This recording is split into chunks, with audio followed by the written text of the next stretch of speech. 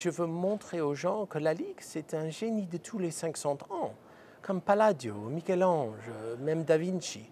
Et beaucoup de gens le connaissent pour sa verrerie, mais il a fait sa formation en orfèvrerie, il a travaillé dans les bijoux pendant des décennies et vraiment il a fait sa fortune, mais il a aussi fait sa réputation avec ça. Bonjour, je suis Benjamin Maclot, propriétaire de Maclot Gallery, une galerie fondée par mes parents, Lloyd et Barbara, aux années 60 ici à New York. On est depuis là des spécialistes dans tout ce qui est art nouveau et art déco français et surtout les œuvres d'art de Louis Comfort Tiffany. Nous avons aussi une spécialité dans tous les bijoux d'époque, début 18e jusqu'à aujourd'hui. On a une passion pour tout ce qui est art nouveau dans les bijoux aussi, et c'est sur ce sujet que je vais parler aujourd'hui.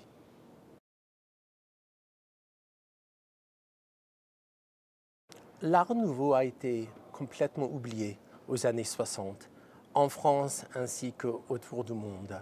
Mes parents l'ont découvert avec des autres Américains qui voulaient mettre en valeur et faire revivre ce style extraordinaire. Malgré leur désir, il n'y avait pas de livres pour apprendre et donc ils ont dû apprendre par acheter et par vendre. Et nous avons commencé avec l'art nouveau en céramique, puis la verrerie, puis le mobilier, et ça a déroulé comme ça. Et c'était surtout avec les bijoux art nouveau qu'on a fait notre renommée.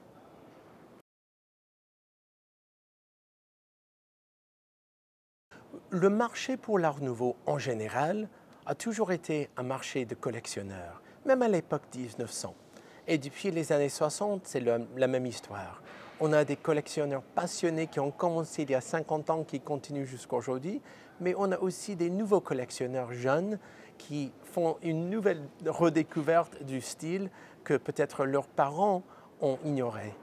Et pour nous maintenant, tout ce qui est rarissime en art nouveau, c'est notre but. Si on peut avoir quelque chose qui sort de l'ordinaire, qui fait réjouir nos clients, c'est vraiment un succès.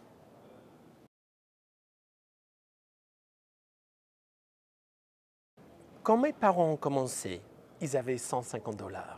Alors, même à cette époque-là, les meilleurs bijoux de René Lalique étaient très loin de leur capacité. Et c'était difficile les années 70, 80, 99 jusqu'à aujourd'hui de trouver des bijoux Lalique de haute qualité, mais aussi de pouvoir les acheter pour un prix raisonnable. Malgré ça, on a eu pas mal de bijoux Lalique pendant ces 50 années, mais jamais de nos vies est-ce que nous avons eu une collection si grande et de si haute qualité. Ici, nous avons trouvé une collection, ici aux États-Unis, de 15 bijoux Lalique de toutes les périodes artistiques que Lalique a créées, avec tous les matériaux, tous les détails et tous les styles différents pour lesquels il a fait sa renommée.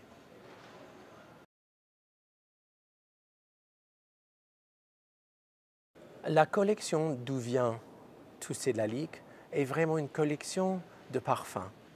Il y a une famille aux États-Unis qui a collectionné depuis 30 ans tout ce qui est bouteilles de parfums et même des parfums du Art Nouveau et Art Déco. Ils ont fait un musée personnel d'où vient leur passion pour Lalique. Bien sûr, tous les bouteilles de parfums faits par Lalique pour Coty et des autres sont emblématiques, si vous voulez, de tout ce qui est Art Déco.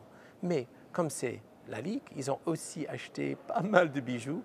Ils ont réalisé que leur collection de bijoux Lalique était un peu à part de leur passion. Donc ils m'ont téléphoné et je me suis vite déplacé au Chicago pour acheter leur collection.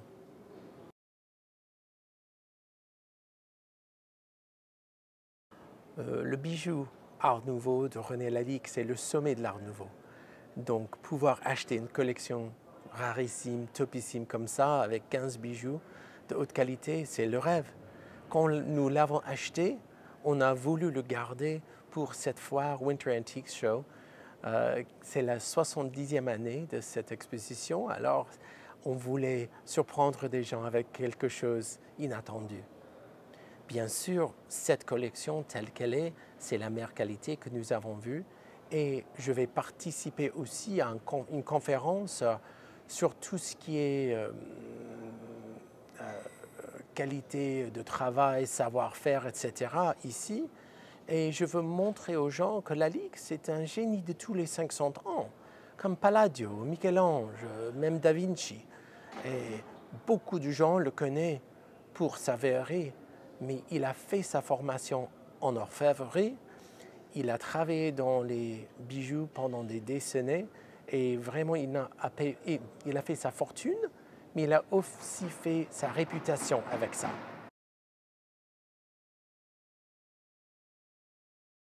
Bien sûr, René Lalique est connu autour de la France, un enfant de l'Est. Il a fait des verres extraordinaires, des fontaines qui existent toujours à Paris, qui éclairent la nuit. Mais en principe, c'est un orfèvre. Lalique a fait sa formation en bijoux. Il était un génie de bijoux. Et avant 1910, c'était sa création unique. Pour nous, Lalique, en tant que verrier, il est aussi mon star de bijoux, mon maître si vous voulez.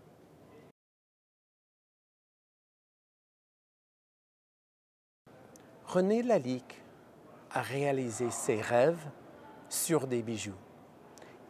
Il a rejeté les diamants, les saphirs, les pierres précieuses et en sa place, il a créé des bijoux avec des matériaux inattendus comme de la corne, de l'émail, des perles fines d'eau douce. Il ne voulait pas valoriser les bijoux pour leur matériel, mais pour leur travail et surtout pour leur valeur artistique, leur originalité. Et cette collection a une variété de presque tout ce qu'il a fait. Avec son début en orfèvrerie, ses créations symbolistes et aussi en plus sa passion personnelle pour l'art du Japon. Et on finit aussi par les créations toujours en or et émail qui rajoutent le travail en verre pour lequel il va faire son renommée après.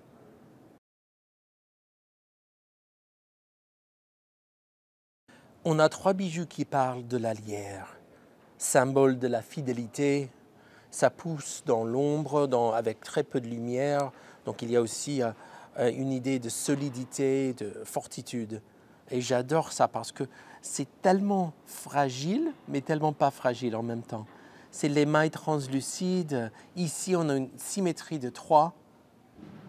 Mais ici, Lalique joue avec l'asymétrie.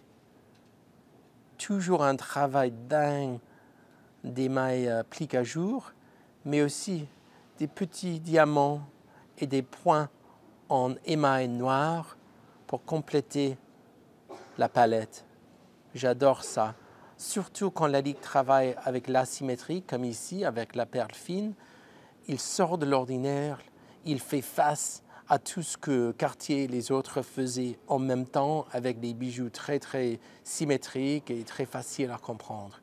Lalique était un rêveur, et ici, il rêvait de la lierre. Monsieur Lalique est né en l'Est de la France et demeuré patriote toute sa vie. Donc ce bracelet en or, émail, perles et opale parle de ce patriotisme. Le décor, ce sont des chardons, le symbole de l'Alsace-Lorraine. Mais ce n'est pas seulement les chardons en fleurs, c'est aussi les chardons en graines qu'il représente.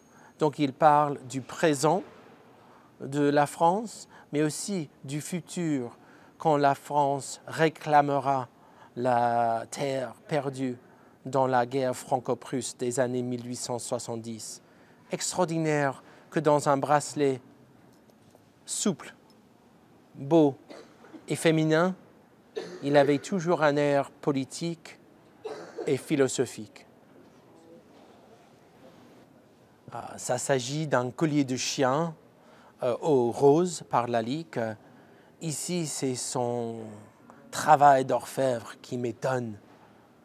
Les roses dans toutes les faces, dans tous les moments de la vie, avec très peu d'émail pour mettre en valeur le travail de l'or. J'adore ça, c'est tellement bien fait. Et même Roger Marx a parlé de ce collier en 1899 en art et décoration. Un vrai chef-d'œuvre.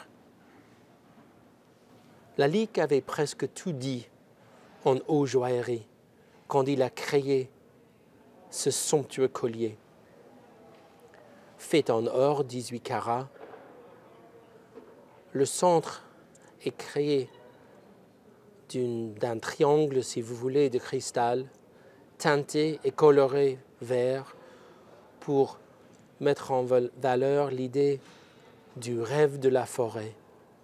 Lalique était très symboliste, il a bien compris les racines du psychologie et ici il crée un bijou pour parler de ses rêves. Bien sûr, comme Baudelaire a dit, c'est l'âme de la forêt qu'on cherche. Et ici, je pense que Lalique a incarné ces idées de Baudelaire dans un bijou qui aussi représente la fin de l'orfèvrerie et le début de la verrerie. J'en suis ravi. J'adore chez Lalique son courage. Aucun membre de l'eau-joaillier français aurait fait des bijoux avec de la corde. Mais Lalique a trouvé un matériel souple qu'il pouvait sculpter et nous avons ici deux créations en corde. Le pendentif teinté argent avec des visages quasi gothiques qui font une fontaine, c'est un pendentif. Mais le truc que j'adore, c'est la bague. Ici, on a 4 grenouilles qui font une sorte de forme architecturale l'un avec l'autre, mais ils flottent sur les mailles vertes. Et on a aussi un travail de l'or avec des nénuphars. Donc c'est un moment de la nature où les grenouilles sont sur l'eau avec les nénuphars en bas. Et c'est quelque chose que je n'ai jamais vu de ma vie. Donc je suis très content de pouvoir vous le montrer. J'adore sa création de Lalique, 4 libellules. On a la chaîne émaillée en bâton, les 4 libellules symétriques qui s'affrontent sur 2 aigues marines. On voit cette symétrie chez Lalique très souvent et j'adore ça. Quel travail d'émail, quelle création japonisante. Il y a une légèreté quand ça se porte. C'est quelque chose dont je suis très fier. Comme beaucoup de Français, Lalique a été fasciné par la Bretagne et surtout Nantes. Ce bijou parle de tout ce qui est la région de Bretagne. Les lions rampants qu'on voit ici sont les lions de l'Écusson de Bretagne. Ce qu'on voit à l'intérieur, ce sont des algues et la mer. Et bien sûr, c'est une création totale. Donc, Lalique parle de la région près de la plage où ils ont pris leur fortune de la mer. Le duc de Bretagne avait ses lions rampants sur son écusson et ils ont pris beaucoup d'algues de la mer pour nourrir les cochons, pour brûler pendant l'hiver. Et donc j'adore l'idée que la broche représente tout ce qui est cette région très indépendante, très bretonne, surtout finie, si vous voulez, complétée par cette perle fine de la mer. Normalement, Lalique aurait utilisé une perle fine d'eau douce avec très peu de valeur, mais comme cette broche part de l'océan, il a pris une perle fine de l'océan pour achever l'idée de la composition. Et c'est quelque chose qu'on n'a jamais vu et qui est très très bien pour un collectionneur.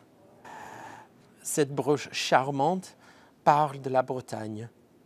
Ici, On a les lions rampants du duc de Bretagne, ainsi que ce qu'on voit sur son écusson, les algues et la mer. La mer fait en émail translucide, et même sur l'autre face, on voit du contre-émail avec le même décor.